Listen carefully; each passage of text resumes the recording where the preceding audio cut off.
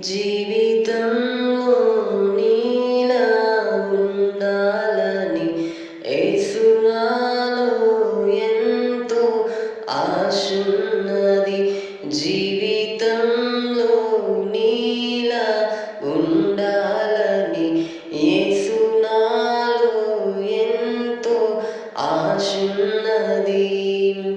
తీరునా నా కోరిక చే